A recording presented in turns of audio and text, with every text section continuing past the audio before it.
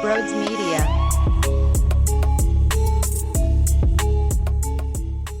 What is going on, everyone? Welcome on into Sports Talk with Brodes. I'll be honest with you, that was one of the most boring and clunky basketball games I can remember. There was not a ton of action other than that random step-back three for Joel Embiid to ice the game. A few minutes of Joel Embiid versus Garza. Maybe the fact that, Josh Jackson wanted to try and attack Joel Embiid. Other than a handful of tiny moments, a few Matisse Thybulle deflections and a couple Shake Milton buckets. There really wasn't that much to grab onto. The offense was putrid late as we watched another 10 billion minutes go by where the Sixers needed to find a bucket. They allowed the Pistons to climb back into it when they had a comfortable lead. And even though I say the words comfortable lead, it really wasn't that way. I mean, the lead was weird. It was a clunky game. The team was really not on the same page. Too many turnovers early on. There were 9 turnovers in the first half. I believe they stated 7 turnovers in the second quarter.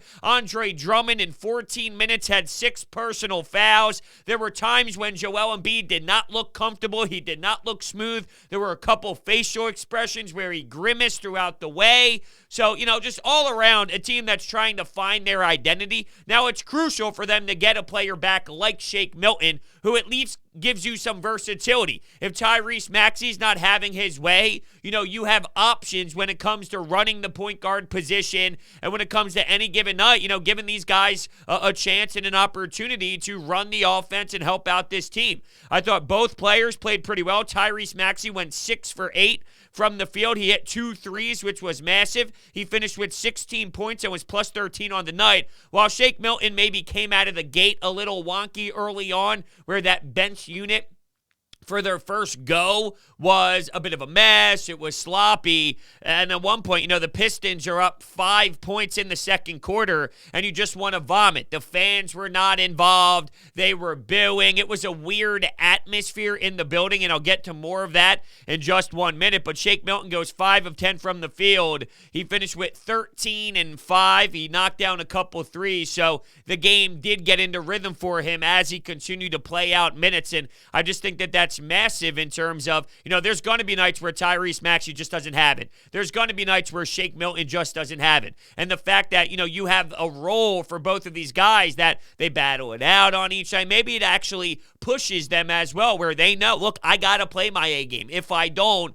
I could see my spot going to the other player. And in a respect way, it keeps the competition level up and it rises the determination and the will to play their best brand of basketball. So both of these guys are still young. They're still in the making, learning how to adapt to the NBA level, running the point guard position professionally. So it's not going to be all perfect and all amazing. There'll be their ups and downs throughout. Now, I mentioned the atmosphere in the building. I don't know if it's because it's a random Thursday night. I don't know if it's because it's so early on in the season. I don't know if it's because the Ben Simmons drama has made you feel a weird tone about this team where it's somewhat up in the air. There's a dark cloud. No matter if Ben Simmons is there taking shots, putting up shots during shoot-around or not, whether they're in the best position they have been in quite some time, where the Sixers are no longer finding Ben, and Ben's willing to work on the mental side of the game. No matter what the case is, there's still this weird vibe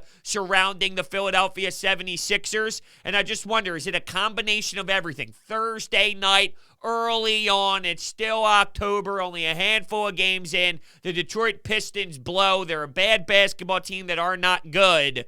Maybe people feel down about the Sixers too, but it just seemed blah. It felt whatever. It didn't seem like the building was bought in. Not that I'm blaming them by any means. I'm just looking for the answers why, it kind of did have that tone. And from a fan watching, like I said, I'm not blaming this on the fans by any means, but while I was tuning into the action, it just felt dull. It felt like a blah basketball game, and at points, it was dragging on. I'm wondering, is this going to continue like this? Can we please wrap it up? I got other things to focus on, and I couldn't tell you the last time I didn't want a Sixers game to continue. That's not what it should be. And here comes the Pistons creeping back in. Kelly Olynyk, though, shoving Steph Curry into Joel Embiid, which was nasty. There was some toxic moments throughout this game for sure. What ended up happening where Joel Embiid had his jersey tugged down, and then there was that whole replay. There was the taunting call, which is just embarrassing.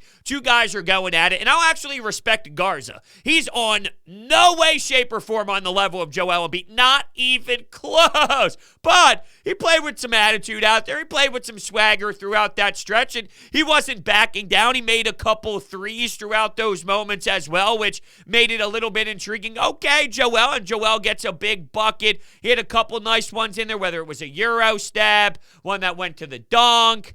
There was some definitely nice explosion involved, and I did mention the discomfort that was thrown in there as well, where you could see him grimace and you could see his body language, but the taunting call is just ridiculous. You make a big play, you get a big 2 points, and now you're rewarding the other team for him staring someone down and showing some emotion. I mean, please, we're talking about guys playing at a high level. They do something strong, and you're just going to totally give the other team an extra point because of it. It's just flat out embarrassing that the league handles it the way that it does. But speaking of Joel Embiid, there was that report the other day from Ramona Shelburne about the knee and the meniscus and just how there's times where Joel Embiid says he can't walk afterwards. There's a lot of pain involved afterwards. You know, you need to balance. Well, you have to get wins, right? And right now on the season, without Ben Simmons, Joel Embiid being out there is a major force, and it helps you. You need to have at least one of those two guys out there, so it's hard to imagine winning basketball games without both of them on the floor at a consistent rate. At the same time, I just don't care about October basketball. I just don't care about November basketball as much. I need Joel Embiid to get as healthy as humanly possible, and I don't know if keeping him off the court for 1 or 2 games is going to be enough to get him to a spot where I feel okay, where I feel more relaxed. There's times throughout the night where he's falling all over the floor, he's hitting the deck, he gets tripped by half court, he goes flying. You know, how many times are we witnessing the big fella all over the court, and he's on his knee, and he's falling underneath the basket? None of that makes me feel good, and every time, it reminds me of, because there was a moment throughout Joel Embiid's career where that was eliminated from his existence, where I was not so totally stressed out every time he was running up and down the floor. Now we have entered that category once again, and I just wonder, is it the best to just consistently trot him out there? He had a good game. I mean, he had 30 and 18. He was a beast on the glass. He made some shots. I'm not acting as if he was a disaster out there and he looked as slow as he did against the New York Nets, or his footwork was a little bad like it was earlier and throughout some of the other games. But, you know, we understand when you watch him that there's something off and he wants to show his toughness, and I just don't feel like at times that his toughness is actually worth reality of the situation, which is we need you as healthy as humanly possible later on in the season, where I don't think it's necessarily as important as he does to battle through some of these early stages, considering, you know, it's so early in the season and middle of the season, later on in the season. We need the best brand of Joel Embiid that we possibly can. So there are major problems to continue to watch as we move forward. The late game action is bad. They can't get their shots. They can't score field goals when they need to. You have to, and this is a bad Detroit Pistons team, okay?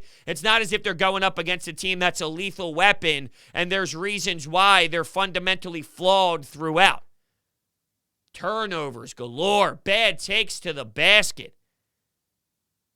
It's funny because I'll point out some guys that played well. Tobias Harris, 17 points. I mentioned Shake. I mentioned Matisse Thybulle getting out and running and creating all sorts of havoc with his hands and, you know, being a beast the way that he does, which is defensively. You know, I can spitball through a handful of guys. The bench was iffy. There's a big difference, too. Remember, we talked about Isaiah Joe and the fact that he's losing some minutes and he's not knocking down his shots early on when he got some run. Well, goodbye. Early here, goodbye. I'm not saying forever. I'm just throwing it out there. Isaiah Joe has lost that chance. And guess what? If he cashed in on some of those shots, I don't think we'd be having this conversation the same way. And I think he's got a skill set. I think the kid could play. You know, he's in his own head right now. A lot of pressure on him. I thought maybe he was overthinking the game a bit and overdoing it, holding the stick too tight, holding the bat too tight, that type of theory. He'll get run throughout, and he just has to, make some noise when Doc does call on his name. But speaking of Doc Rivers, when you're a team, I thought when they had the lead and all, they got soft. And I saw Kyle Neubeck of Philly Voice, who covers the Sixers, kind of lay it out this way on Twitter throughout the action. And it was basically, similar to when you have a lead and then you play soft defense, which is what Jonathan Gannon plays with or without the lead. But it's sort of that, let's just back up, let's play the sticks defense, and you just consistently run the ball up the floor, and you just hope to run the clock out without actually having the mindset of, let's score some buckets, let's get some points. The main focus becomes, let's run out the clock and secure this victory. But when you do that, you're allowing the other team to kind of climb back into it. When you establish, hey, we're going to do this, let's look for some points.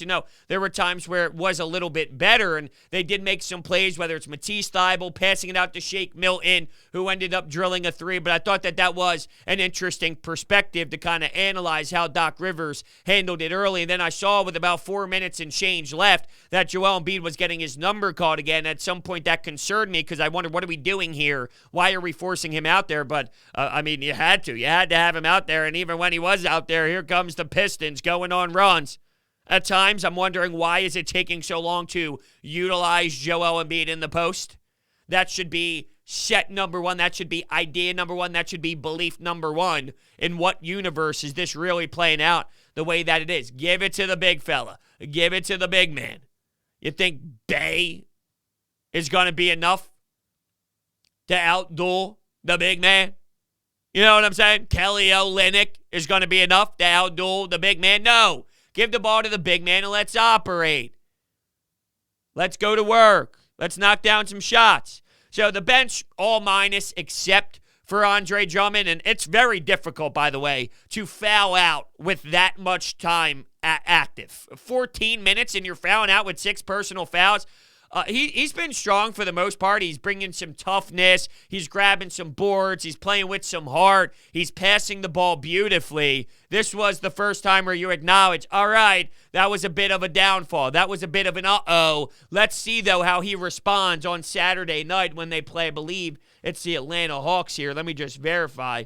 But, yes, they play the Atlanta Hawks in Philadelphia at 7:30 on a Saturday night tilt. So let's see if it's different based off of what we witnessed last season, knowing they knocked the Sixers out of the postseason in Game 7 on that very floor. Will there be new life in the arena, or is it just the fact that the buzz is lacking because of all the drama and everybody knows that right now they're just not good enough? So why spend the time, spend the money, spend the emotion to go down to the Wells Fargo Center? I don't know the answer. Maybe it is that full level capacity of just obnoxious loudness and obnoxious fans going bonkers throughout. It very well could be. I would not be surprised. But there's also a little bit in my gut saying that this city does not buy in. Remember a few years ago that the Phillies were in first place in the National League East, but Citizens Bank Park was not getting the fans, and Gabe Kapler was the manager, and there was not a lot of support actively going down each and every night. Now, there's a big difference between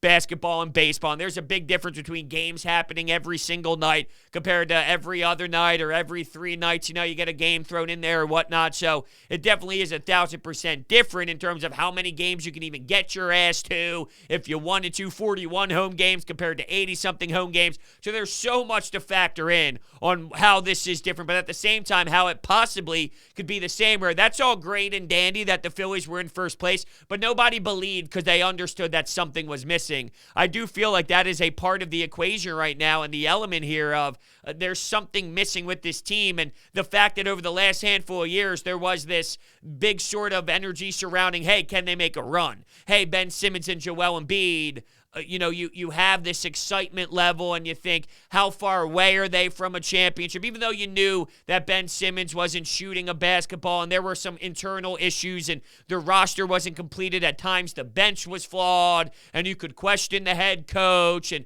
there were so many dynamics in play.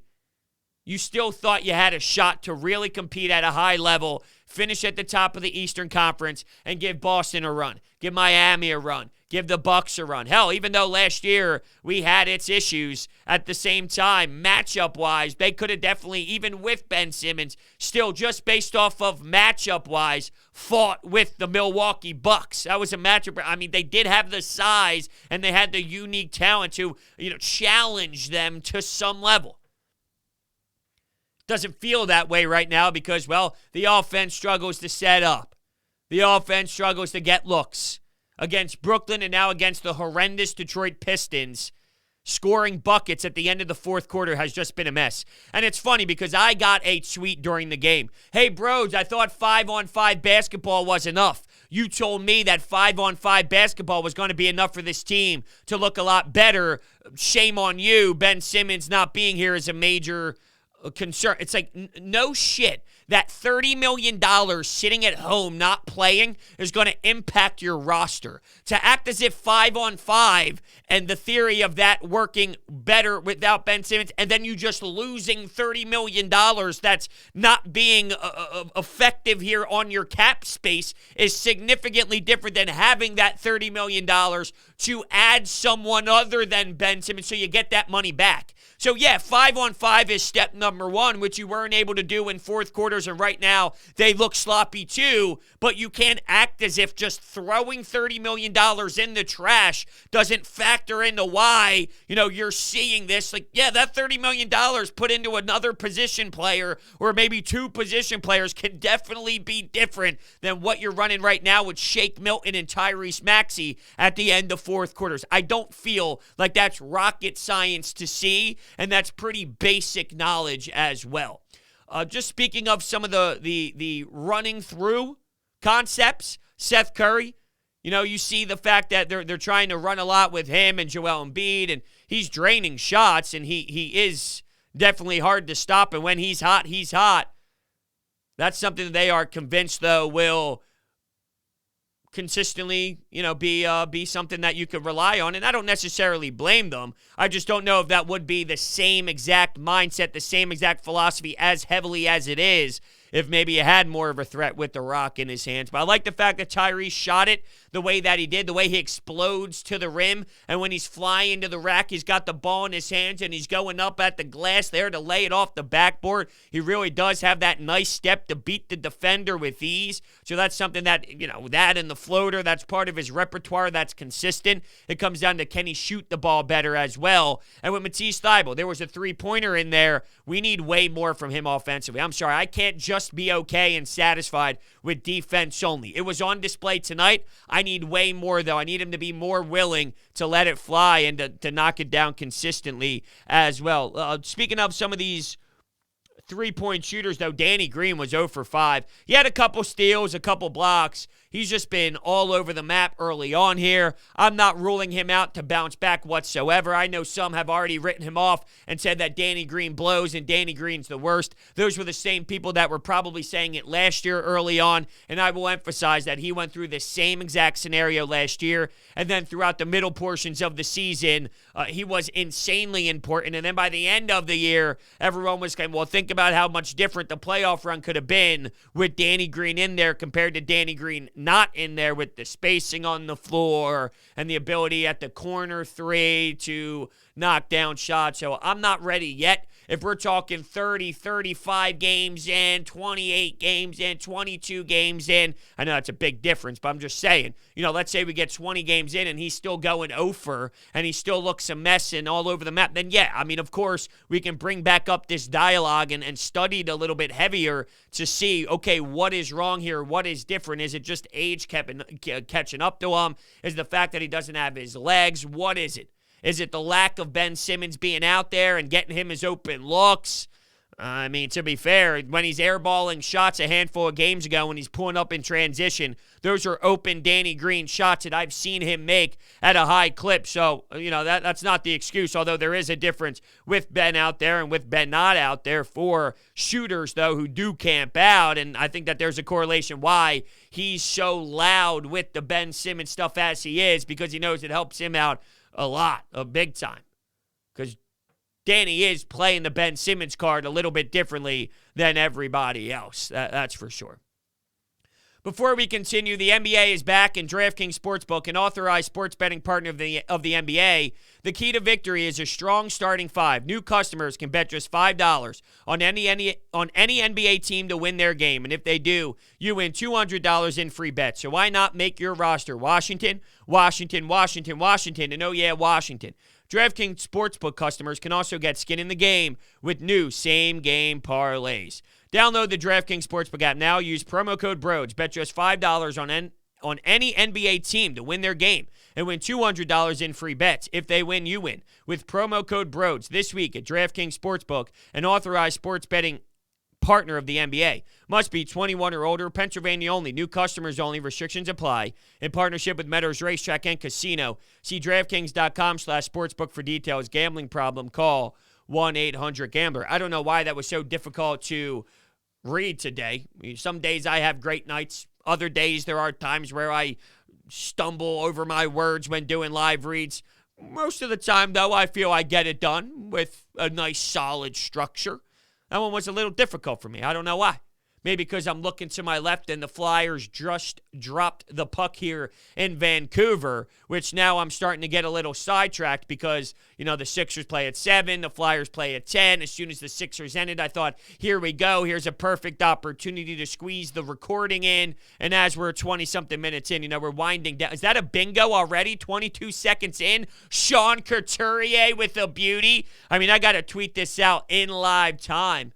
That's a way to start us off, boys. That's the way to get the boys going early in Vancouver.